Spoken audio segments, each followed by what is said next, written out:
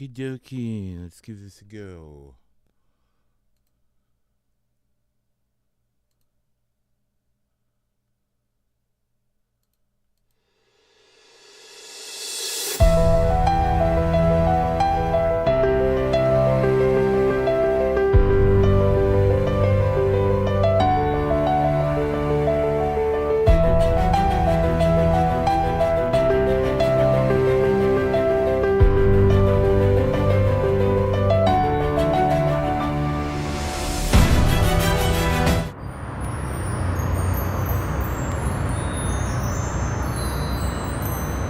You ever look around your neighborhood and think, what was here before all this was here? Welcome to Oakridge Acres in London, Ontario, Canada. Back in 1922, it wasn't even what people would consider part of London. In 1942, it was farmland, except for the bog and a few homes by the Thames River. But after the Second World War, Mowbray Sifton led a family company to turn that farmland into a whole neighborhood and then some. Not just streets and houses, but designed in advance with places to play, pray, shop, and learn.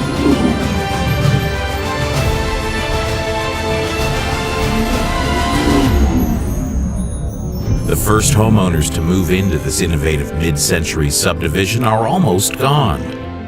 It's time to tell their stories and reflect on the history of Oakridge Acres, Canada's first planned community.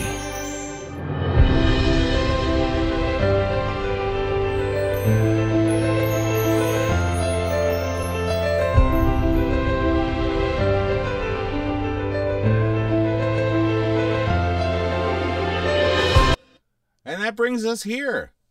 Hey, I'm Scott. More about me later on why this is a big deal day for me. And thank you for tuning in. I don't know how many people are going to join us over the next half hour or so, but I'm excited to have you. When I announced quietly a few weeks ago on Twitter and on the Acorn Facebook group that I was starting this, and I put out that trailer there, I wasn't sure how it would go over. I thought some people would like it, but I didn't realize that more than 100 of you have signed up to the email list at oakridgemovie.ca, and I've had a dozen or more emails come in, emailed direct to me that I haven't yet replied to, and I apologize for that. I have terrible email reply hygiene. But I hope this chat today can get you talking, can start a conversation with the community. What I hope to do as a result of this is just spread the word, get people excited about it, find some folks who are as thrilled about this idea as I am, and start putting a bug in the ears of people who might be good interview candidates and have good stories to tell. And then after I'm done yapping today, we'll turn to the chat and see if you have any questions and what I can answer. And I hope to wrap it up in about half an hour if my battery allows. My battery that I had charged overnight, I plugged in, it lasted 2 minutes. So I have 40 minutes of charge in this battery, and then we'll see how it goes. So first off, wanted to acknowledge that Signals Multimedia and Oakridge Acres are located on the traditional lands of the Anish, oh my goodness, I should have practiced this more, Anishinaabe, Haudenosaunee, Lenapehoik, and Attawandaron peoples, on lands connected with the London Township and Sombre Treaties of 1796 and the Dish with One Spoon Covenant Wampum. I'm going to go back in this movie to the indigenous people and even earlier in terms of geologic time, not just human time. We're going to talk about all the humans that have ever occupied this part of the world, and then some, but also go back to the glaciers that made the London area the way it is, and what did that do to the landscape we have. It's not going to be a huge part, but this is all part of the story. This, I hope, will be more than a movie. The consumable in the end product, I hope, will be a movie of maybe an hour, hour and a half long. But there will be a lot more material that I want people to have access to. I've already come across some great photographs, some cool maps, some neat newspaper clippings, all things that I would love everybody to have access to, and not just as a shot in a movie. I would like to have a lot of the interviews that I end up doing with people online for other people to read. One thing that inspired me with that, I'll think of two here. One, there was a documentary I watched years ago about computer bulletin board systems. It's a very niche, nerdy snapshot of a very particular bit of 80s culture. But this guy just poured himself into it and ended up making a box set that was hours long that would only be of interest to people who are really interested in that stuff. Well, who's more interested in Oakridge Acres than the people who have lived here? Except perhaps the people who built it. And then I hope to return to that topic again soon. So we'll have interviews, we'll have the history, and I see more than one stream in the film. Because I would watch a movie that is just the actual history. Like, how did Oakridge Acres go from being wilderness or small settlement or farmland to what we have now? How did we go from that to this? I'd watch a movie that's an hour long just about that. But I think it's a better movie when there's human stories in there. Of course, the story of the construction is a human triumph, right? It was after the war, the economy was booming, and Mowbray Sifton said, we're going to do this. And what went into that? That's a human triumph itself. So that's the story. But the people, obviously, are the story. The people who moved here, the people who lived here, the people who had their triumphs and tragedies in our neighborhood, the struggles that the neighborhood put up against other developments, despite having been the benefits of, or having been the beneficiaries of some visionary development in the past themselves. So there's a lot of stories there, but I don't want it to just be a history lesson. I want it to have feeling. And that is part of what I don't have a grasp on yet, because I haven't spoken to the people. My neighbor across the street, it was a large inspiration for me wanting to pursue this, because I always, say to friends, I think he's 150 years old. He's not. He's lived there since before the house was built. I think he moved in before it was finished, and he told me stories about things that happened when the house was under construction. I think he's one of the last people to be in the house the whole time, and I thought this story has to be captured. And I'm sure there are even more compelling stories. So I hope through this network of people that we're building here, we'll be able to find a lot of those stories, and they won't all end up in the final cut of the movie, right? Because there's only so much you can put in. But having an archive that will live on afterward is where I think this thing will provide a lot of value for the community for years to come. That if somebody wonders, what was on my property before this was my property? Or what did this street look like years ago? Or how did they come up with the name for this street? Or that looks like something used to be there. What used to be here? Like the kind of questions that I've been asking all the time. Anyone in the future who has questions like that, I want our effort here to enable them to go to a resource on the web and look it up. Here's the history. Here's a cool picture of your house that you didn't know. So I want to gather up everything I can from the community, all the history that people have, put it all in one bucket, curate it, and then dole out to people. As I don't know who will be the caretaker of it in years to come. Another question to answer. But I think it's going to be more than a movie, but in my mind, I'm referring to it as the movie, or the Oakridge Project, or Oakridge Acres, Canada's first planned community. I'm going to go all over the map here because my notes are very loose.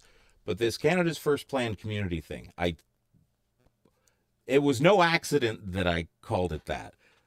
In Sifton Properties materials, they refer to it as Canada's First Planned Community.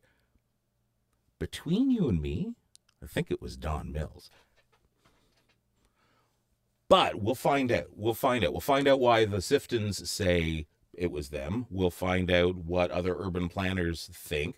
I think that could be a fun through line.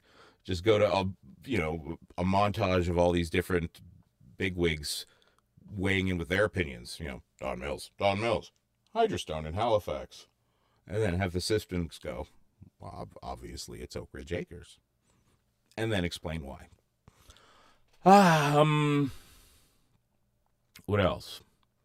I've got a whole list of stuff I want to cover, but that might be boring to just go through that. So a movie, an archive. Yeah. There are going to be interviews that are not going to be videotaped. I'm sure I'll do some pre-interviews with people. Those I could get transcripts of, and those could eventually be turned into a book, or the transcripts could go online if they need to be edited, whatever. Again, it's a bigger project than just a film. So I hope to shoot a lot of the in the community interviews this fall while we still have free light outside and the cheap showiness of nature with the beautiful trees in the background. One of the great selling points of this community is the mature trees. We don't have to pay for them. It's free. They're there. We just have to take pictures. Shoot more experts through the winter. Then there's editing. And I would hope that we could have something to show next summer. And by next summer, fingers crossed, COVID will be a distant memory and we'll have access to a movie theater. Wouldn't that be great to get everybody from the community in a movie house? The curtains open, the big screen, everybody's, that's my house! It is my house! That's the turkey! That's the turkey that runs around our neighborhood! Okay, so who am I? Obviously, I'm an enthusiastic guy. You might have seen me online. I don't make myself too visible. I don't try to call too much attention to myself. But if I'm going to be walking up to people with a microphone, you ought to know who I am. Some might know me as the local video transfer guy.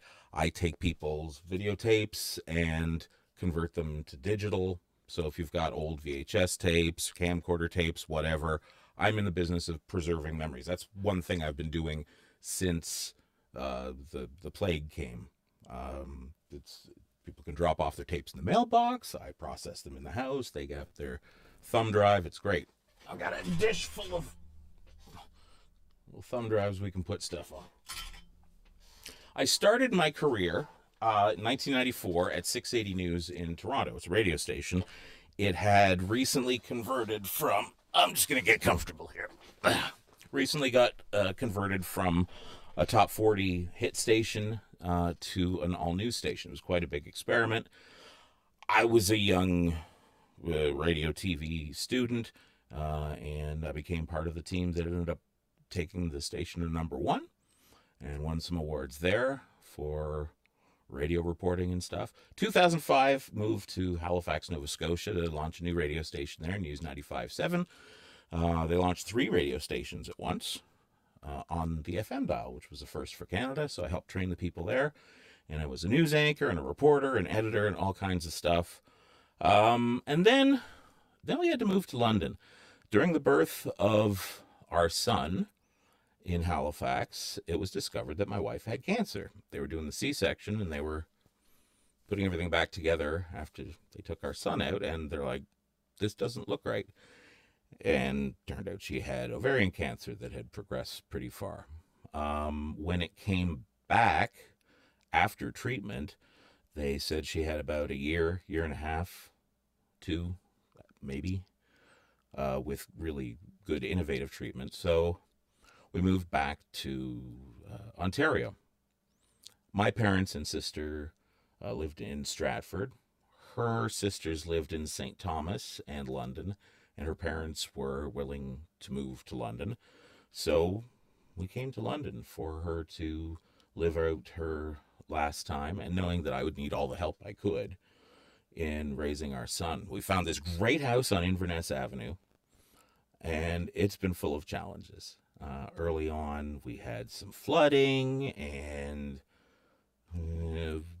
we weren't pleased with what the property inspector missed. And that got me on a bit of a hunt for what is this built in? What is our house built on? Quicksand? Was there a river that ran through this?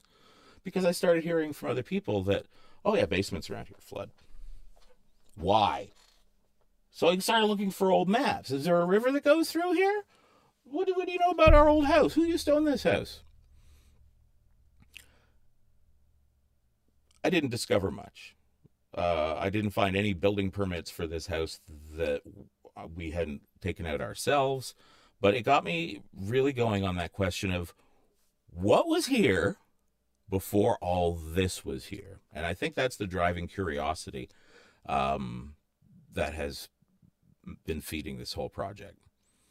Amanda died 5 years ago yesterday. So today's a big day for me. I'm kind of taking a bit of a plunge here in this project and doing it so publicly here. When I moved here, the job I took was running a radio station here in London, a radio station that had some talent that had been there a very long time and was loved by a lot of people. And I was put in a position of having to make some changes there, and the changes did not go over well with the existing audience. And then Donald Trump came along, and the whole tone of people's interaction with the media got kind of ugly, and it really started getting to me. And I started not to like my career anymore. I was exposed to mostly an angry side of London. I guess you can imagine. You've probably been on Twitter. You've seen what goes on social media. And you've seen how people who don't like the media really don't like the media. And being in the position of being, like I'm the manager of a talk station in the corporate-controlled liberal mainstream media. I'm the guy when they say, hey, there's a conspiracy and this guy's holding his back and he's a jerk and all this.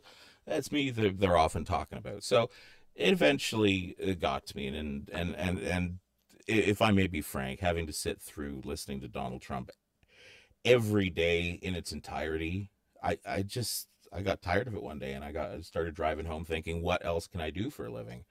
And around the same time, I started looking at aerial photos of Oakridge Acres. I started looking at historic pictures. I found the website historypin.com, and what do you know? I found a picture of my own house. The picture that you might have seen on the email list and on the website of a bunch of people gathered at a back door. There's a guy with a case of cigarettes. I think there's a guy with a case of 50. And it looks like they're having a party. In fact, the caption says that they're having a surprise party for so-and-so. I looked and I'm like, that's my house! Holy cow! Okay. And I love those before and after things. So I started looking at other pictures, and I saw a neat picture of a shirtless guy on a bike after the rain, down by Riverside Public School on the back side of it by the Optimus Park. And I'm like, that's amazing. I need to go duplicate that picture. So it all started snowballing. Eventually I left my career. I gave up the radio world and left that job and unemployed myself. And decided I was going to make documentaries about people's lives. And legacy videos, heirloom videos, I call them. You sit down, you tell your life story. I make a movie about you. And then the plague hit, and we all had to stay inside, and there's no way I could interview people. So that kind of got me stuck. I've been stuck. I feel like I've been stuck for 1.5 years. And today, through you, I'm going to make my art, and it's going to serve the community well. So through this project, I hope I will feel more at home in my own community, because when I lived in Halifax, it's hard not to feel the soul of that city. There's so much history. It's right in front of your face. There's culture, there's music, there's all kinds of people, and even it's just nice. You feel life there. London, London's okay. I've wondered from time to time, does London have a soul?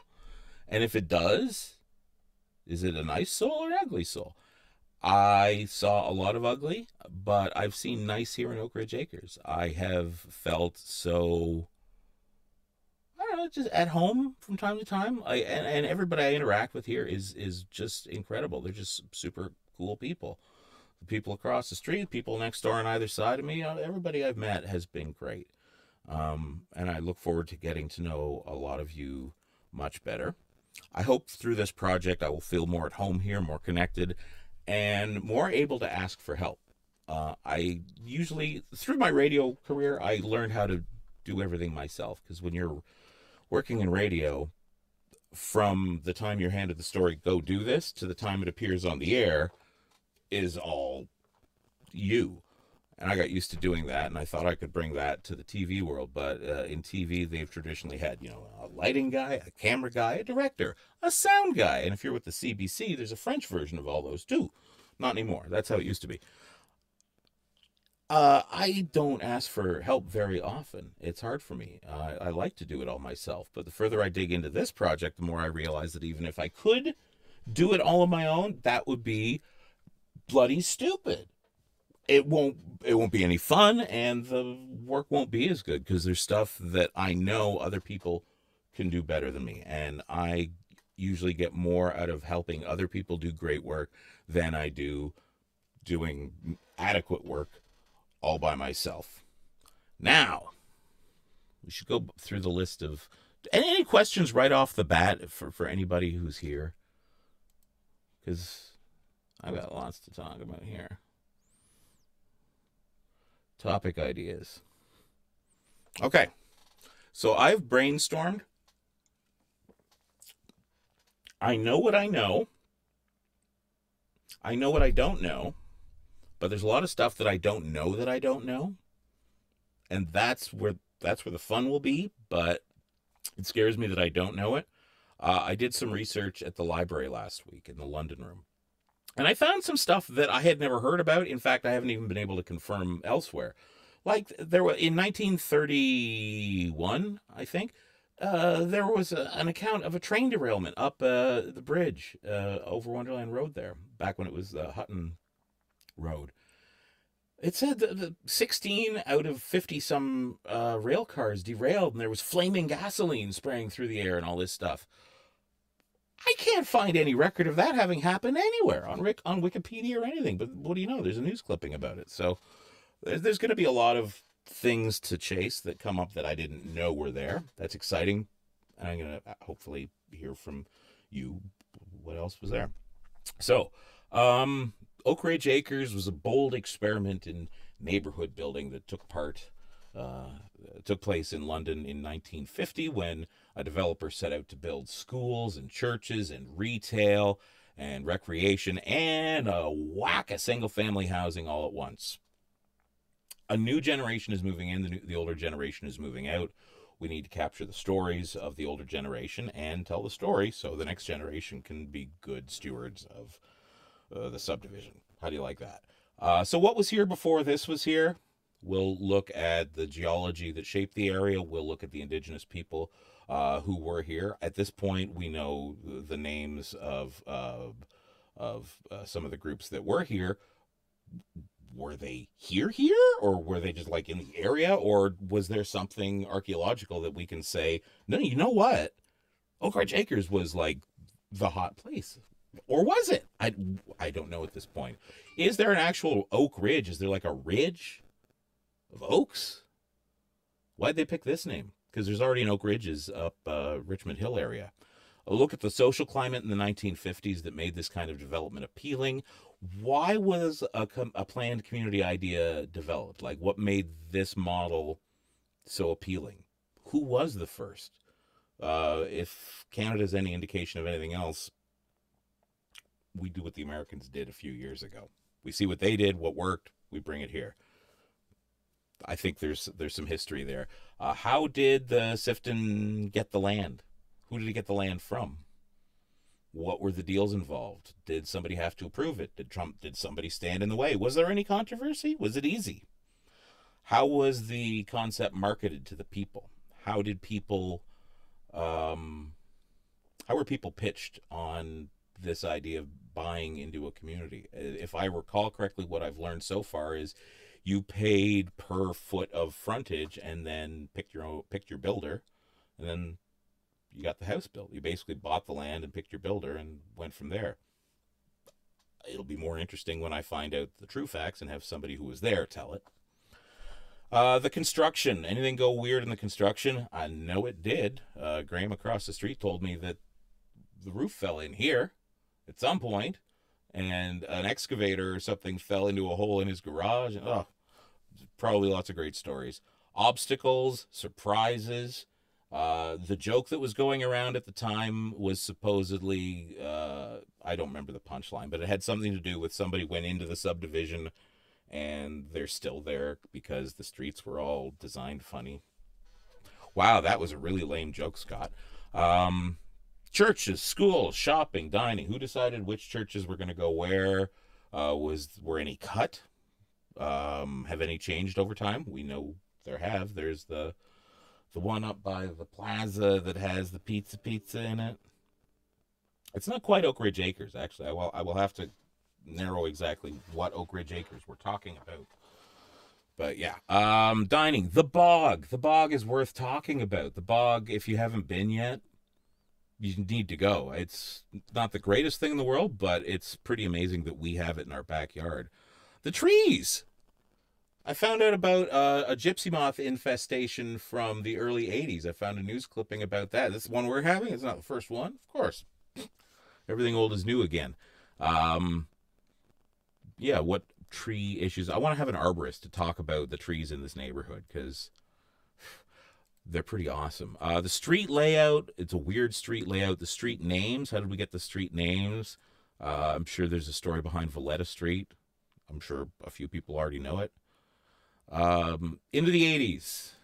What happened in the 80s? Generational turnover, local sports, local service groups. Somebody from the Optimists has reached out to me. If you're on the stream now, hi, thank you. I want to get back to you. From my understanding, the Optimists have a great treasure trove of Oakridge history, and I want to get in there and document that as best I can. When I said earlier, I'm not sure who will be the caretakers of the archive when it's all over. Maybe the Optimists. Maybe perhaps we can strike up some kind of deal where in exchange for support, they get ownership of the archive at the end. I don't know. Famous residents. Now that I think of it, famous restaurants. Where did people around here go out to eat over the years? Plans for Oakridge that were never realized. Were there things that were going to happen here that never happened? I know that there was like a 20-year fight against development of a multi-unit dwelling at Riverside and Wonderland. I have 20 years of newspaper clippings show that the residents here fought like hell to stop them from building an apartment building there or a condo. I have to look into the details, but there's a nice plot there. Profiles of homes, noteworthy homes. There's some cool looking houses here. I have not seen two houses that are exactly the same. I've looked everywhere I've gone, and I haven't gone everywhere in this neighborhood yet. I hope to. I've not seen a single house that has the exact same brick and layout of windows and everything as my house, and leads me to think that they're all a little bit different, which is cool because you go to some neighborhoods and it's like, all right, they have garage A, house B, garage A, house C, garage B, house A. It's the future sidewalks. They're digging up my front lawn yesterday. So filming commenced yesterday when I took the brand new camera out and recorded them digging up Bianca and Ed's front lawn and then mine. Revisiting Oakridge. I would love to get some former residents returned home for a look-see. Specifically, I would love to find the people in that black and white picture of the party. I would love that lady to come back and go through my house and say, that's where we did, and that over there was once a. That would be so cool. To the best of my knowledge, she's still alive. I've sent her a friend request on Facebook and I've never heard back, but I think a few people might still be in touch with her. So that's what I've got so far. I'm open to more ideas, obviously. Some of that will have to be cut down. So what do I do next? I mean, really, what's next? I need a few things to get things rolling here. I want to get as much material as I can from the community. I want people to find their home videos, especially their home movies on film if you've got them, photographs, slides, whatever, pictures and video of the neighborhood through the years, especially the early years. The problem I'm having is, how do I get that from you along with a release that says I can use it?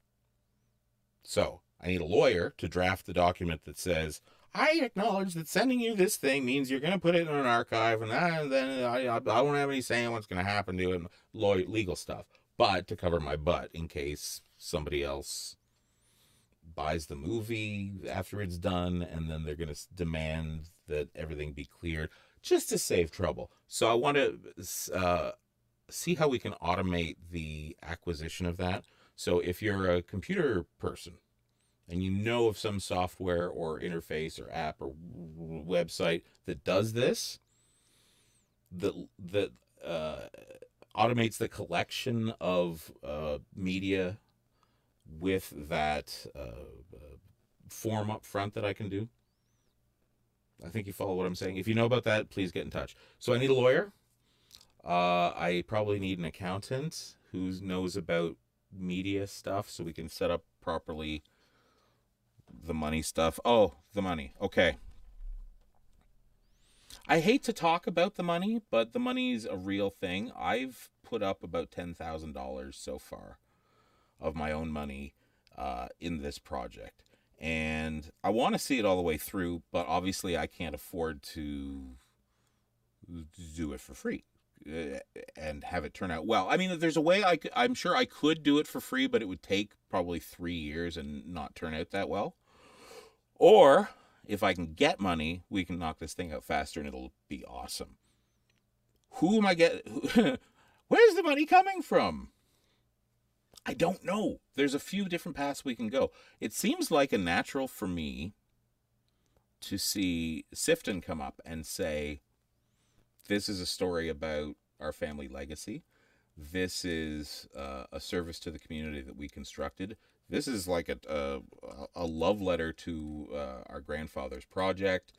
And as they move forward with more huge developments like West 5, this is a jewel in their crown, and I think a nice look back on this great achievement would suit them well. So if they want to come forward and say, hey, here's $100,000 to make this for us, I would sit down and have a chat with them. I don't have nice clothes to wear. I'll probably wear my t-shirt about never forget with the videotapes and everything. There are, I suppose I could go knocking on doors looking for sponsors. I don't know if Western's history department might have grants, or hit up the local pizza place for a mention in the credits. I don't know. The last thing I want to do is turn to the community to fund it, because I'm already, and I don't mean this in a way that makes me sound bad, but I'm already going to be exploiting the community to create this art. So, and I don't want to turn to them to say, and now pay me for it. If it were a case of money came from somewhere to make the thing, and then you could buy a DVD box set of it, or Blu-ray, or digital download, maybe. Or if it really comes down to it and I need to go, hey, we need another $10,000 to finish the last stage of editing, and people who commit this much money will get, I don't know, some kind of bonus thing. Long way of saying I haven't figured the money out yet. I'm not a film producer by trade, usually. I'm making myself one here. But for right now, it's at the community organizing and research stage, not at the writing big checks stage. I think I'm out of ideas for now. I think that's about what I wanted to cover. Is there more?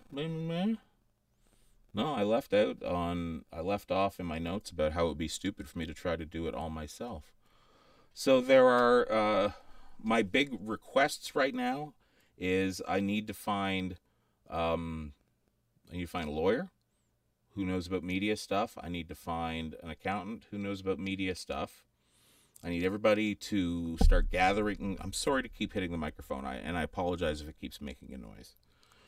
I need everybody to go through their photo albums and their movies and their home videos and find the stuff that other people would like to see. And you never know what other people would like to see. Like a picture of your house from 1958 with no trees in the neighborhood. I'd love to see that. There's somebody who's gonna think that's their favorite picture. And you just think it's a snapshot. It's history. It's actual history. You have history in your house if you lived here and took pictures. So please gather them up. What else can I show you? I got 2 more things I can show you here. Now, the video that you saw in the trailer came from me collecting a whole bunch of aerial photographs and then stitching them together and then mapping them in a GIS program, a mapping program, to geolocate everything in the image so it would line up with other maps. And I sent all that off to Indonesia, where a man worked very hard to generate something cool for me. I said I want this to blow people's minds. So here's what he first came up with.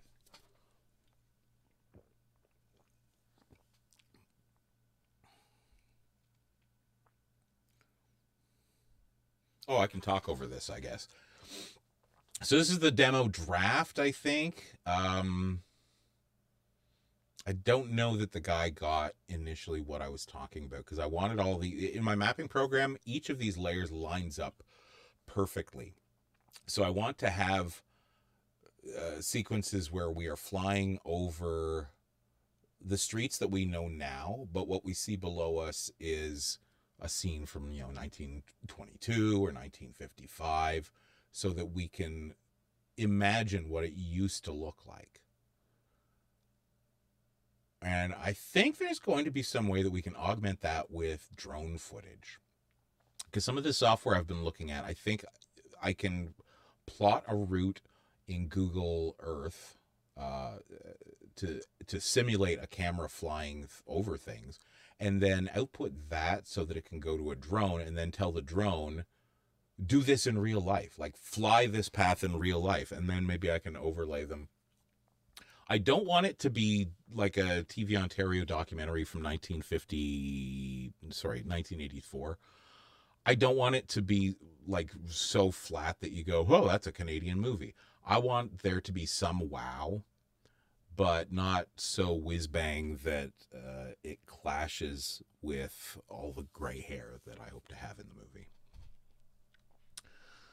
So that's the guy's first draft, and then this is I don't know, I think that might be the wrong one. Demo final, demo draft.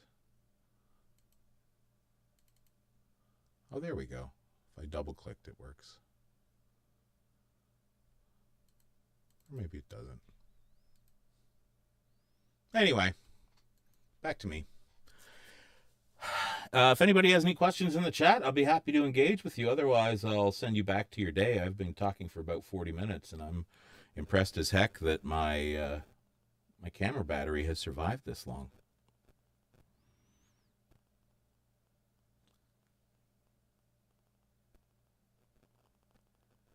Well then, I encourage everybody to sign up on the email list. Go to, where does it say on here?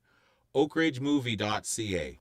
Oakridgemovie.ca. If you go to oakridgemovie.ca, you'll see an option to sign up for the email list. I don't spam it. I don't send junk.